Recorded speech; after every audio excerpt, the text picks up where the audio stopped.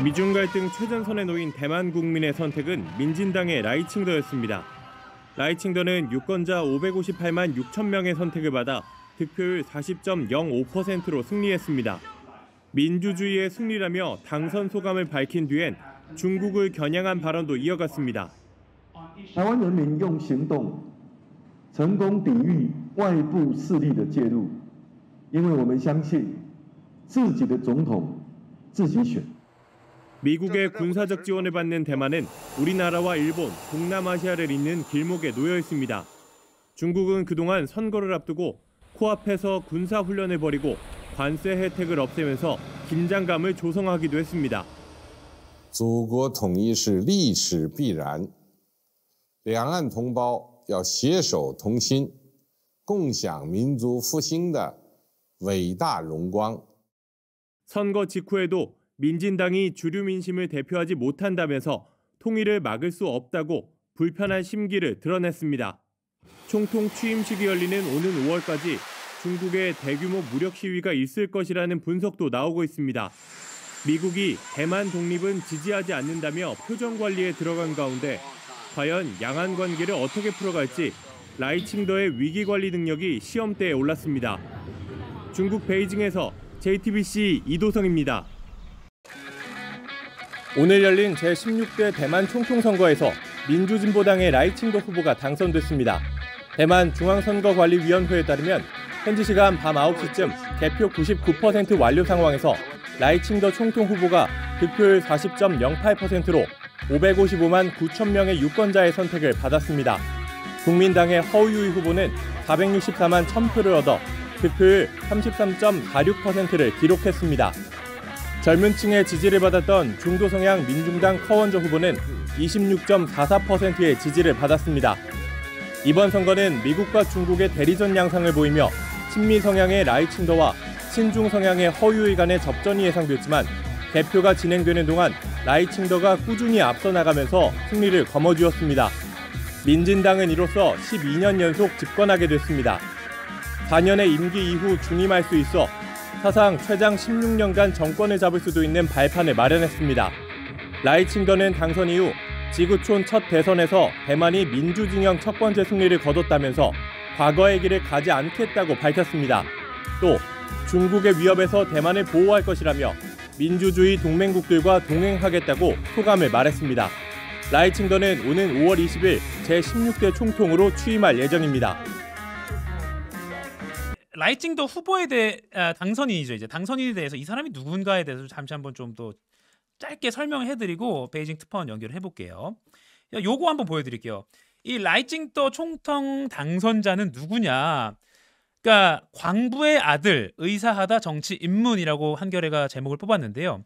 중국 입장에서는 가장 위험한 인물이라고 표현합니다. 이분이 굉장히 어렵게 살았다는 게 대만 내에서 많이 회자가 되고 있습니다. 1959년에 태어났고요.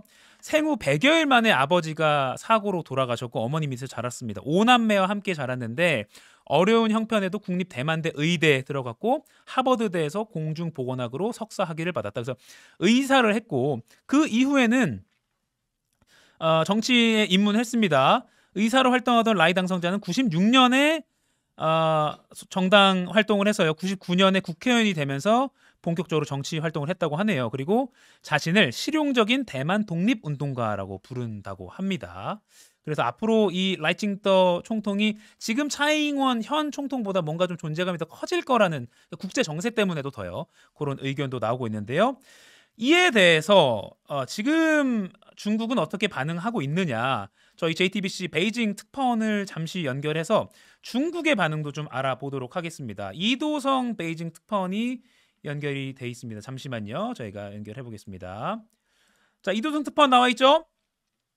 안녕하십니까? 네, 뭐 중국에서도 이게 굉장히 큰 뉴스일 거라고 생각은 했는데 제가 이도성 특파원에도 어제 물어보니까 관영 매체에서는 당연히 이걸 굉장히 작게 보도한다고 들었습니다. 일단 네네. 중국의 공식 반응은 어떻습니까?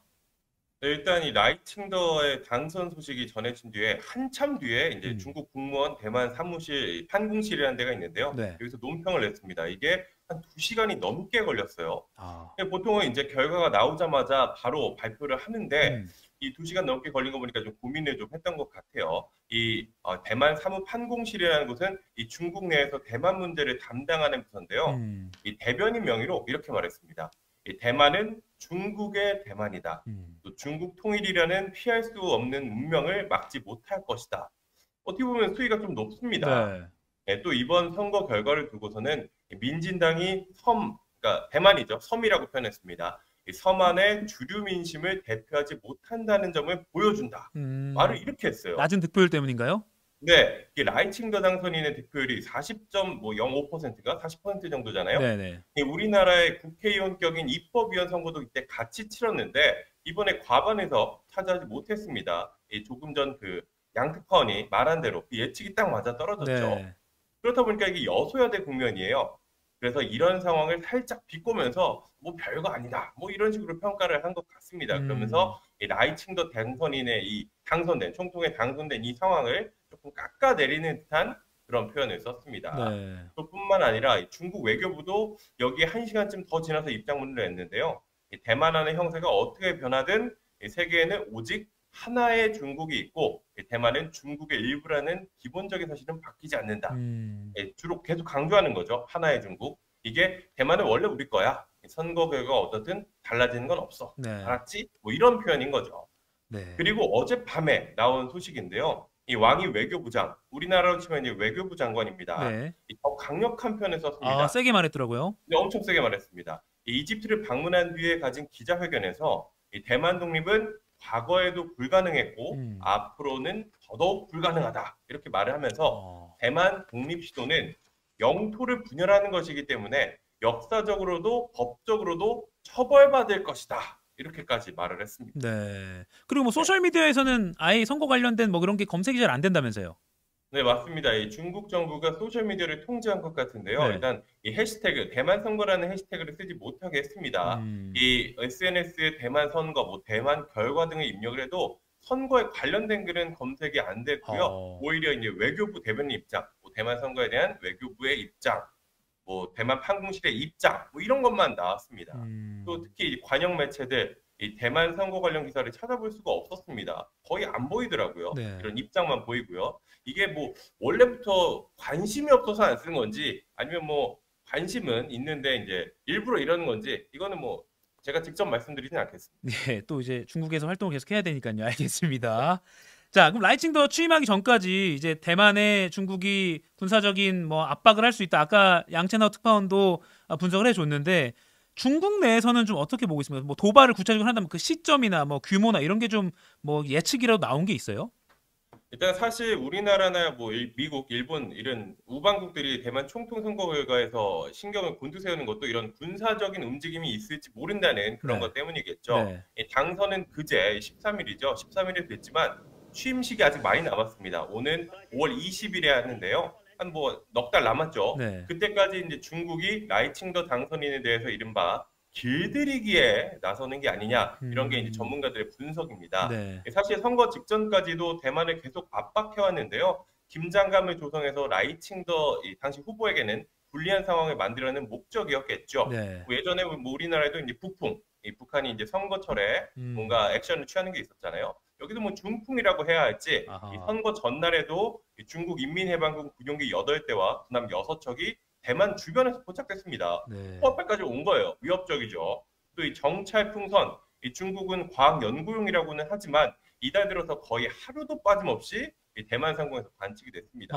심지어는 지난 9일에 중국이 인공위성을 쐈는데 이때 대만 국방부가 방공 경보를 발령하면서 네. 대만 전역이 발칵 뒤집히기도 했습니다. 그런데 이렇게 중국이 막 겁을 줬는데도 네. 결과는 라이칭더의 승리로 끝났습니다. 그래서 이 군사 훈련의 이후로 대만 바로 근처에서 무력 시위를 벌일 가능성이 뭐 크다 이런 전망이 있는데요. 다만 지금 상황이 대만이 미국의 군사적 지원을 받고 있고 또 미중 관계가 나쁘지가 않습니다. 네. 분위기가 좋잖아요. 그렇기 때문에 실질적으로 이제 군사적인 충돌이 일어나긴 쉽지 않다는 게 대체적인 시각이고요. 아, 그래요? 특히 중국은 이 대만 문제를 계속 중국의 내정, 우리 나라 안에서 벌어지는 거니까 신경 쓰지 마. 이런 입장을 취하고 있기 때문에 오히려 이게 국제적으로 좀 무력 충돌이 발생해서 이슈화가 되는 거를 원치 않을 거라는 그런 분석도 있습니다. 오히려 이 군사적인 측면보다는 경제적으로 좀 압박해서 대만을 괴롭히는 게 아니냐. 이런 전망이 보이는 상황입니다. 그리고 이제 미국 정부나 일본 정부가 라이칭더 당선인에게 당선 축하한다는 메시지를 보낸 거에 대해서도 중국 정부가 발끈했다는 소식도 있고, 저희 마지막 질문 드릴게요. 이제 라이칭더의 당선으로 그럼 미중 갈등이 더 깊어질 것인가? 아니면 뭐 라이칭더가 약간의 유화 제스처를 취할 수 있다는 분석도 아까 조금 양특판에 하긴 했지만, 네. 이건 예측의 영역이긴 합니다만 중국 내에서 분석은 좀 어떤가요? 미중 갈등을 빗대어 보면 그 상황을 볼 때 어떻게 될까요, 이게? 일단 조금 전 말씀드린 것처럼 이 미중 관계가 나쁜 상황이 아닙니다. 네. 지난해 11월에 샌프란시스코에서 바이든 대통령과 시진핑 중국 국가주석이 만났잖아요. 네네. 그 뒤로 양국 관계가 다시 궤도에 올랐고 이 정상회담에 대한 후속 조치도 계속 논의가 되고 있습니다. 그런데 여기에 분위기가 좋은 것뿐만 아니라 관계는 좋지만 중국은 당장 급한 문제가 있어요. 뭐요? 이 경제가 안 좋습니다. 아, 그렇죠. 지금 이 중국 중국의- 내부 민심이 좀 나빠지고 맞습니다. 있죠. 맞습니다. 그래서 시진핑 중국 국가주석이 신년사에서 이례적으로 이 경제난을 언급했어요. 뭐 앞으로 잘해보자는 취지로 말했기 때문에 일단 가장 중요한 이 경제 문제를 신경 쓰지 않을까 싶고, 또 미국은 우크라이나와 중동에서 벌어진 전쟁 때문에 이 대만 문제, 여기에 뭔가 벌어진다면 여기에 집중하기도 어렵습니다. 그렇기 때문에 직접적이고 전면적인 갈등은 없을 거라는 그런 분석에 힘이 실리는데요. 아하. 다만 문제는 대만이 전 세계 반도체의 핵심 공급국입니다. 맞아요. 예, 세계 최대 반도체 위탁 생산 기업인 이 TSMC도 있고요. 그래서 이 양안 갈등, 중국과 대만의 갈등이 고조되면서 만약에 중국이 대만에 대한 이 경제 봉쇄, 네. 뭔가 대만이 활동을 할 수 없게 만든다면 이 가뜩이나 어려움을 겪는 이 세계 경제에 악영향을 미치는 게 아니냐, 이런 전망이 나옵니다. 그렇기 때문에 우리나라도, 반도체가 중요한 우리나라도 뭔가 준비를 해야 되는 그런 상황으로 보입니다. 예. 그러니까 이제 이게 참 정치 외교 영역뿐만 아니라 반도체 업계도 이 엊그제 총통 선거 결과를 주목할 수밖에 없는 이유가 그런 반도체 산업에서 대만이 세계에 차지하는 비중이 워낙 크기 때문에 그것도 한번 좀 살펴봐야 될 것 같습니다.